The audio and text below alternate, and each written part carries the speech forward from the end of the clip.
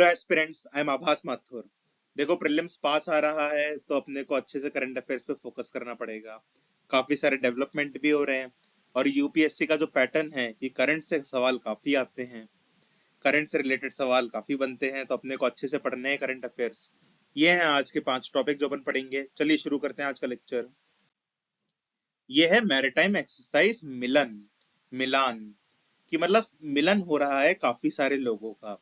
तो इस एक्सरसाइज में भी काफी सारे देशों का, दुनिया भर के देशों की नेवीज का मिलन होता है, साथ में एक्सरसाइज करते हैं। ये 1995 में अंडमान एंड निकोबार जो कमांड है इंडियन नेवी की, उन्होंने मिलन मैरिटाइम एक्सरसाइज शुरू करी थी। ठीक है। ये जो एक्सरसाइज है ना, ये इनिशियली तो शुरू हुई थी इंडोनेशिया, सिंगापुर, श्रीलंका, थाईलैंड और इंडिया की। ये 5 देशों ने तो इनिशियली शुरू करा था इसको। अब इसमें 50 से ज्यादा देश हैं जो इसके रेगुलर मेंबर हैं, और अब 70 से ज्यादा देश शामिल हो रहे हैं इस एक्सरसाइज में।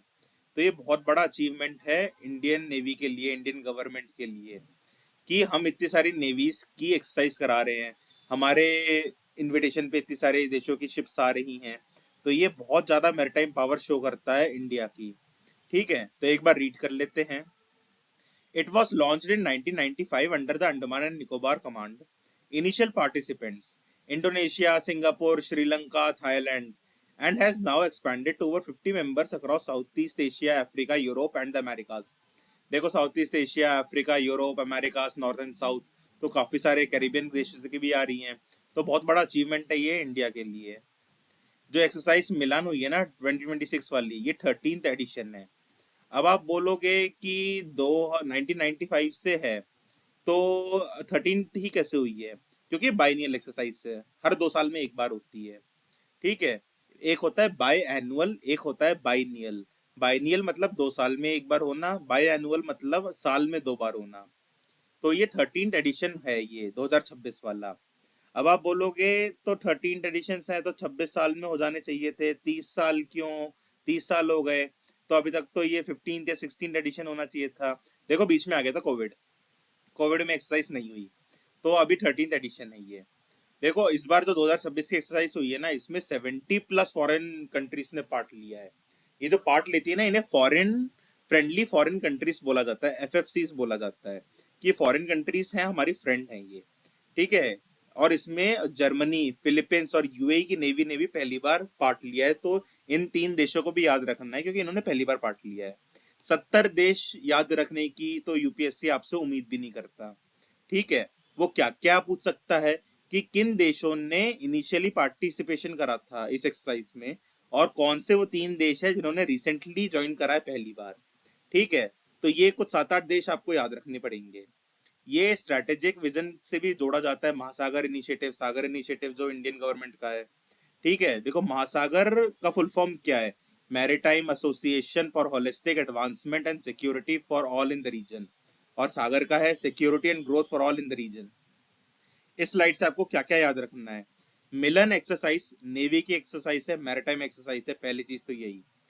अपने यही विशाखापट्टनम, बे ऑफ बंगाल में ये ज्यादातर होती है। ठीक है, इंडिया में ही होती है ये। इसमें 70+ देश के लोग की नेवीज आती हैं पार्ट लेने। ठीक है। ये बाइनियल एक्सरसाइज है, यूपीएससी पूछ लेगा एनुअल एक्सरसाइज है, कंफ्यूज करेगा, आपको कंफ्यूज नहीं होना। ये मिलन मैरिटाइम एक्सरसाइज बाइनियल, 2 साल में एक बार होने वाली एक्सरसाइज है। इस मिलन एक्सरसाइज के इनिशियल पार्टिसिपेंट्स कौन थे? Indonesia, Singapore, Sri Lanka, Thailand. 5 ने तो शुरुआत, अब 70+ हो गए। इनिशियल पार्टिसिपेंट्स याद रखने हैं, और वो याद रखना है कि किन 3 देशों ने फर्स्ट टाइम पार्टिसिपेट करा है इसमें। वो है जर्मनी, फिलीपींस और यूएई। ठीक है। महासागर और सागर का फुल फॉर्म भी देख लेना, याद रख लेना। ठीक है। तो आ सकता है सवाल, तो यही बातें याद रखनी है आपको मिलन मैरिटाइम एक्सरसाइज के बारे में, कि ये इनिशियली कौन पार्टिसिपेंट्स थे, नए पार्टिसिपेंट्स कौन है, एनुअल होती है, बाइनियल होती है, कब शुरू हुई थी। ठीक है, अभी 13th एडिशन हुआ है, और कितने देश हैं, फ्रेंडली फॉरेन कंट्रीज कहते हैं इनके पार्टिसिपेंट्स को।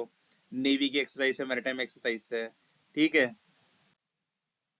ये देखो, ऐसे होता है, बड़ा शानदार एयर शो वगैरह होता है इसके इनॉग्रेशन पे। ऐसे 75 वॉरशिप्स आई थी 72 कंट्रीज से, तो बहुत बड़ी एक्सरसाइज थी ये। ठीक है। देखो आजकल ना क्रिमिनल जस्टिस से रिलेटेड काफी सारी डिबेट्स हो रही हैं, काफी सारे रिफॉर्म्स लाने की बातें हो रही हैं, जुडिशरी से रिलेटेड, क्रिमिनल जस्टिस से रिलेटेड। तो उसमें एक टॉपिक डिस्कस करा जा रहा है जस्ट डेजर्ट करके। तो अपन अभी कोशिश करेंगे the principle of just desert समझने की। देखो, एक होती है गलती, एक होता है गुनाह। गलती मतलब कि आपने छोटे लेवल पे कुछ ऑफेंस करा या अनजाने में कुछ ऑफेंस करा। फिर एक होता है गुनाह, जो आपने सोच समझ के या कुछ बहुत सीरियस ऑफेंस करा। तो गलती की सजा होती है थोड़ी कम, गुनाह की सजा होती है बहुत ज्यादा। इसको अपन एक एग्जांपल से समझते हैं कि आप गाड़ी चला रहे हैं, स्पीड लिमिट से ऊपर गाड़ी चला रहे हैं, बहुत तेज गाड़ी चला रहे हैं, रैश ड्राइविंग कर रहे हैं, तो आपका होगा चालान। फिर आपने उसी रैश ड्राइविंग में, ओवर स्पीडिंग में किसी को कुचल दिया, उसकी हो गई डेथ, तो आपको होगी जेल। तो यही है कि आपको सजा होगी सीरियसनेस ऑफ द क्राइम पे। आपका जो पनिशमेंट होगा वो प्रपोर्शन पे होगा कि आपने कितना सीरियस क्राइम करा है। आपने चोरी करी है तो आपको कम सजा होगी, क्योंकि वो कम सीरियस क्राइम है। आपने मर्डर करा तो वो एक बहुत सीरियस क्राइम है, तो आपको ज्यादा सजा होगी। यही कहता है the principle of just desert. एक बार रीड कर लेते हैं। The principle of just desert has been discussed recently in the context of criminal justice policy debates and sentencing reforms. देखो, रिफॉर्म्स लाना, प्रेजेंट रिफॉर्म्स तो हमेशा चर्चा में रहते हैं, पॉलिसी कैसी बनानी है, कानून कैसे बनाने हैं। ठीक है।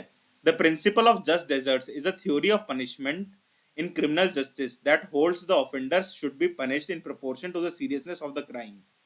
देखो, क्राइम होता है तो क्राइम की सजा मिलती है, पनिशमेंट मिलता है, पर वो उस प्रपोर्शन में मिलना चाहिए कि कितना सीरियस है वो क्राइम। जैसे चोरी भी एक क्राइम है, पर वो मर्डर के प्रपोर्शन में कम सीरियस है, तो उसकी सजा कम होती है, मर्डर की सजा ज्यादा होती है। Rooted in retributive justice, it emphasizes that offenders morally deserves to face consequences equal to their actions. देखो, मॉरली भी एक आदमी ने कुछ करा है तो अपने कॉन्सिक्वेंसेस के इक्वल में डिजर्व करता है ना, जो भी उसके साथ हो रहा है। Focusing on fairness and accountability rather than rehabilitation, कि उसकी अकाउंटेबिलिटी है, उसने कुछ गुनाह करा है तो वो उसके लिए जिम्मेदार है।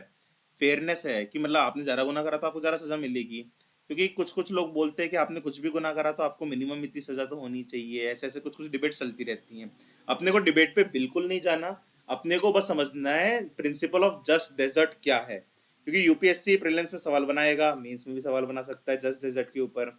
जस्ट डेजर्ट से सीधा सवाल आ जाएगा कि प्रिंसिपल ऑफ जस्ट डेजर्ट क्या है, या डेफिनेशन दे देंगे फिर पूछेंगे ये क्या है, या फिर पूछ लेंगे just the term recently seen in news just desert is related with. तो आपको लगेगा ज्योग्राफी का है, इकोलॉजी का है, कि कोई जगह है जो डेजर्ट बनने वाली है तो उसे जस्ट डेजर्ट कहते हैं। नहीं नहीं, the principle of just desert, just deserts तो क्रिमिनल जस्टिस से रिलेटेड है। यही याद रखना है आपको। ठीक है, प्रीलिम्स में आपको क्या क्या याद रखना है? प्रिंसिपल ऑफ जस्ट डेजर्ट की डेफिनेशन, जस्ट डेजर्ट क्या है, जस्ट डेजर्ट क्रिमिनल जस्टिस से रिलेटेड है, ये आपको याद रखना है। ज्योग्राफी इकोलॉजी में नहीं जानना। ठीक है। देखो, just deserts, the principle of just deserts criminal justice से रिलेटेड है। एक बार रीड कर लेते हैं। The principle of just deserts is a theory of punishment in criminal justice that holds the offenders should be punished in proportion to the seriousness of the crime. माणिक्य धारा false. देखो, माणिक्य धारा का मतलब होता है मोतियों की माला। तो इस वाटरफॉल को भी स्ट्रीम ऑफ पर्ल्स बोला जाता है, क्योंकि इस वाटरफॉल की जो वाटर ड्रॉपलेट्स होती है ना, वो एकदम मोती, पर्ल की तरह दिखती हैं सनलाइट में। इसलिए माणिक्य धारा को स्ट्रीम ऑफ पर्ल्स भी कहा जाता है। यूपीएससी का एक सवाल तो यही हो गया, किस वाटरफॉल को स्ट्रीम ऑफ पर्ल्स कहा जाता है कर्नाटका में। ठीक है। ये फॉल है कर्नाटका के चिकमगलूर डिस्ट्रिक्ट में। वहां पे बाबा बुदानगिरी हिल्स हैं, उसके बीच में पड़ता है माणिक्य धारा फॉल्स। लोकल नेम इसका है नेल्लीकाई तीर्थ। क्या है नेल्लीकाई? लोकल नेम इसका नेल्लीकाई तीर्थ। ये हिंदुओं के लिए बहुत, मान लोकल लोगों के लिए बहुत ज्यादा स्ट्रॉन्ग बिलीफ है, होली साइट है ये। इस साइट पे क्या माना जाता है कि बहुत हर्बल मेडिसिनल प्रॉपर्टीज हैं। यहाँ पे नहाने से काफी सारी चीजें ठीक हो जाती हैं, पाप वाप उतर जाता है, और मतलब स्किन इन्फेक्शन ठीक हो जाता है, क्योंकि हर्बल मेडिसिनल प्रॉपर्टीज हैं यहाँ के पानी में। और ये बहुत ही घने जंगलों के बीच में है, बहुत ही सुंदर वाटरफॉल है। ये वाटरफॉल पड़ता है तो मिस्ट उड़ता है, यानी धुंध उड़ती है चारों तरफ। तो बहुत ही ज्यादा पॉपुलर टूरिस्ट डेस्टिनेशन भी है ये। देखो, कर्नाटका के काफी सारे वाटरफॉल हैं जो सिर्फ बारिश में, मानसून के सीजन में ही बनते हैं। पर माणिक्यधारा वाटरफॉल जो बाबा बुदानगिरी हिल्स चिकमगलूर कर्नाटका में है, जिसे नेल्लिकाई तीर्थ भी कहा जाता है, ये सदाबहार वाटरफॉल है। ये पेरिनियल वाटरफॉल है, साल भर यहाँ पे पानी बहता है। इसकी हाइट है 30 फीट के आसपास। ठीक है, एक बार रीड कर लेते हैं। Manikyadhara Falls. It is situated in the dense forest of Baba Budangiri Hills in Chikmagalur district of Karnataka. Other names, it is locally called Nellikai Tirth, while Manikyadhara means stream of pearls, describing water droplets shining like pearls in sunlight. It is a perennial waterfall, height 30 feet. It lies in the Western Ghats region, known for its dense forest and rich natural beauty. It is considered a holy site with strong local beliefs and ritual associated with it. People believe that bathing here can cure ailments and herbal medicinal properties. It has herbal medicinal properties. Is a popular tourist destination for its scenic beauty, cool breeze and mist covered hills. ठंडी ठंडी हवा चलती है, mist cover होता है तो बहुत अच्छा लगता है घने जंगलों में ये वाटरफॉल। देखो अपने को क्या क्या याद रखना है इस स्लाइड से। माणिक्यधारा वाटरफॉल्स कहां पर है? कर्नाटका में है। माणिक्यधारा वाटरफॉल्स कौन सी हिल्स में है? बाबा बुदानगिरी हिल्स में है। ठीक है, बाबा बुदानगिरी हिल्स में माणिक्यधारा वाटरफॉल है। बाबा बुदानगिरी हिल्स कहाँ है? कर्नाटका में है। बाबा बुदानगिरी हिल्स कर्नाटका में है, ये याद रखना है। और ये पेरिनियल वाटरफॉल है, ये याद रख लेना। और बाकी जो जेनरिक बातें हैं ये आप अपने कॉमन सेंस से भी कर सकते हैं कि डेंस फॉरेस्ट है तो वेस्टर्न घाट्स में तो डेंस फॉरेस्ट ही है। नेचुरल ब्यूटी, हाँ सुंदर ही होते हैं जंगल। और होली साइट है, बिलीफ्स हैं लोगों के यहाँ पे, तो वो जनरली होते ही हैं नेचर के साथ जुड़े हुए, तो आपको समझना है। अब फिर अगर स्टेटमेंट आ जाएगा कि हर्बल मेडिसिनल प्रॉपर्टीज हैं, तो हाँ जेनरिक स्टेटमेंट सही ही होते हैं, कॉमन सेंस वाले स्टेटमेंट्स हैं। जो याद रखना है आपको, क्या क्या याद रखना है कि इसका लोकल नेम क्या है? नेल्लिकाई तीर्थ है। माणिक्य धारा का मतलब स्ट्रीम ऑफ पर्ल्स होता है, तो यानी स्ट्रीम ऑफ पर्ल्स कौन सा फॉल है? तो आपको याद रखना है माणिक्य धारा वाटरफॉल है, पेरिनियल वाटरफॉल है। बाबा बुदानगिरी हिल्स में है ये माणिक्य धारा वाटरफॉल। बाबा बुदानगिरी हिल्स कहाँ है? कर्नाटका में है। ये सारी बातें रखनी है आपको याद। देखो ये है वो वाटरफॉल, कितना अच्छा लग रहा है ना, एकदम मोतियों की तरह पानी लग रहा होगा। पानी नीचे गिर रहा है, कूल ब्रीज आ रही है, मिस्ट बन रही है, जो धुंध दिख रही है यहाँ पे। ठीक है, देख लो फोटो। फिर आता है किंग फहाड कॉसवे। किंग फहाड ने बनवाया था, तभी इनका नाम है किंग फहाड कॉसवे। देखो गल्फ कंट्रीज में पड़ता है ये। गल्फ कंट्रीज में दो कंट्रीज हैं, एक तो बहरीन है, एक सऊदी अरेबिया है। सऊदी अरेबिया तो मेनलैंड अरेबियन पेनिनसुला पे आता है, पर जो बहरीन है वो एक आइलैंड कंट्री है। तो बहरीन जो आइलैंड कंट्री है उसको सऊदी अरेबिया के साथ कनेक्ट करा गया है पुल्स बना के। समुंदर के ऊपर पुल बना के कनेक्ट करा गया है बहरीन को सऊदी अरेबिया से। तो ये जो कनेक्शन है ना ब्रिजेस का, इसको ही कहते हैं किंग फहाड कॉसवे।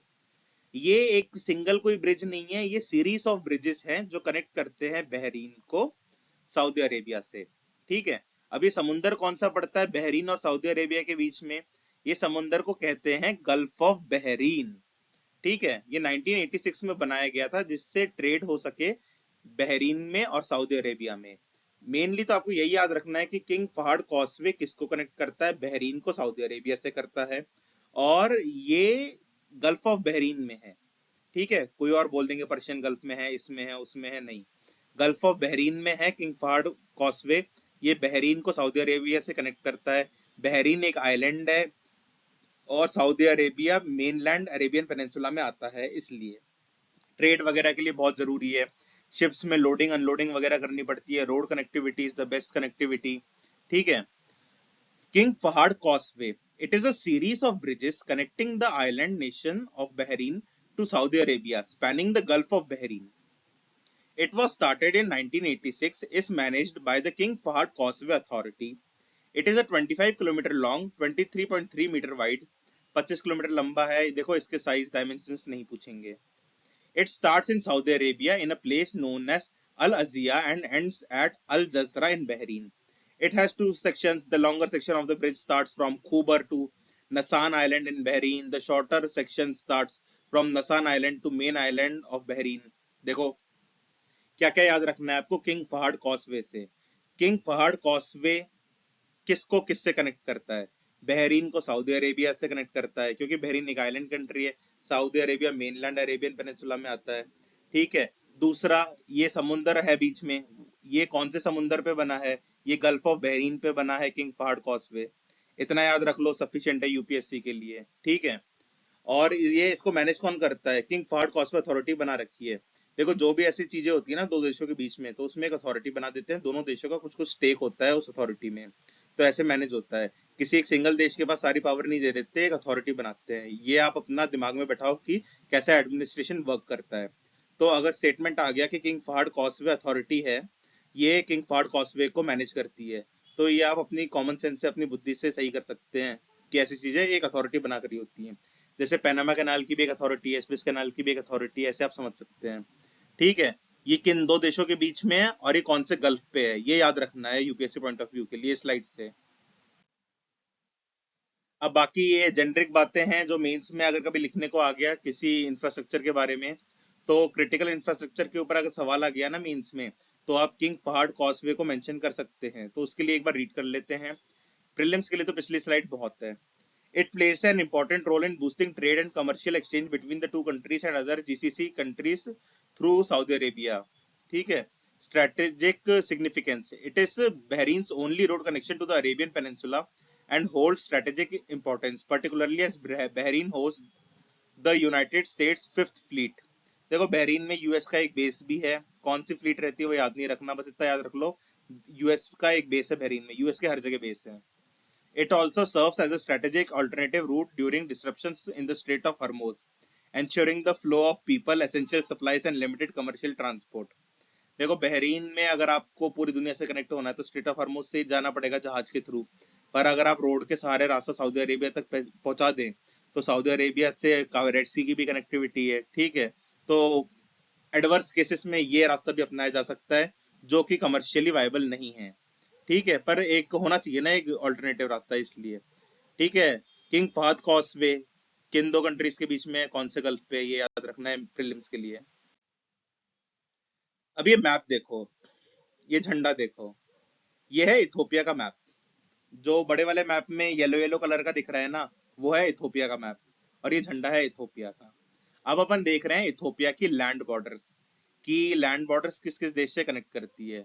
देखो, इथोपिया एक बहुत जरूरी देश बनता जा रहा है आजकल, क्योंकि इथोपिया बहुत ज्यादा ग्रो हो रहा है। इथोपिया एक तरीके से एयरपोर्ट कनेक्टिविटी का भी काम कर रहा है, एयर कनेक्टिविटी का भी बहुत अच्छा काम कर रहा है, कि आपको अफ्रीकन देशों में कहीं भी जाना हो ना, तो ट्रांजिट होता है एडिस अबाबा से। और ये जीईआरडी डैम भी बना रहे हैं, ग्रेट रिफ्ट वैली भी आती है इथोपिया में। इथोपिया में लड़ाई भी होती रहती है, इथोपिया में रिलीजन डाइवर्सिटी भी बहुत है। इथोपिया मतलब न्यूज में ही है, तो पढ़ लो बॉर्डर्स इसकी, क्या पता सवाल आ जाए, क्योंकि अभी तक आया नहीं इथोपिया से रिलेटेड लैंड बॉर्डर्स का सवाल। देखो, इथोपिया बॉर्डर शेयर करता है 6 देशों से। कितने देशों से शेयर करता है? 6 देशों से, 6 कंट्रीज से इथोपिया बॉर्डर शेयर करता है।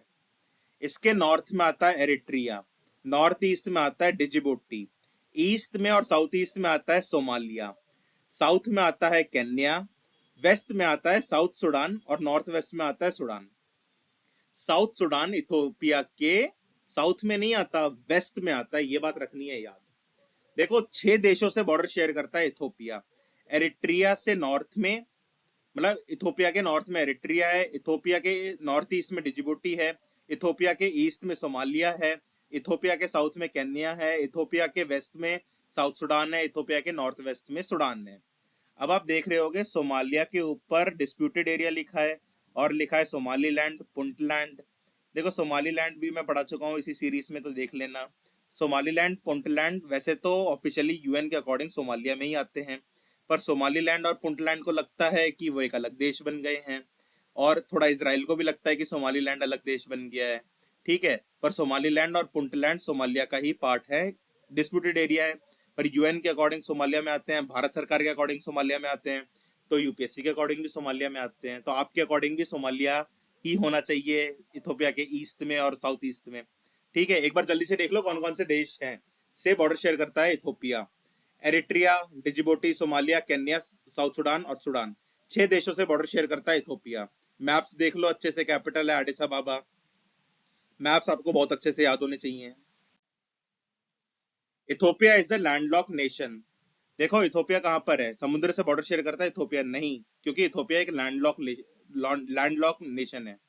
In the horn of Africa, देखो हॉर्न ऑफ अफ्रीका में 4 देश आते हैं। अफ्रीका का मैप देखोगे उसमें एकदम राइनोसोरस का सींग जैसा लगता है ना, तो उसे हॉर्न ऑफ अफ्रीका कहते हैं कि वो अफ्रीका का हॉर्न है।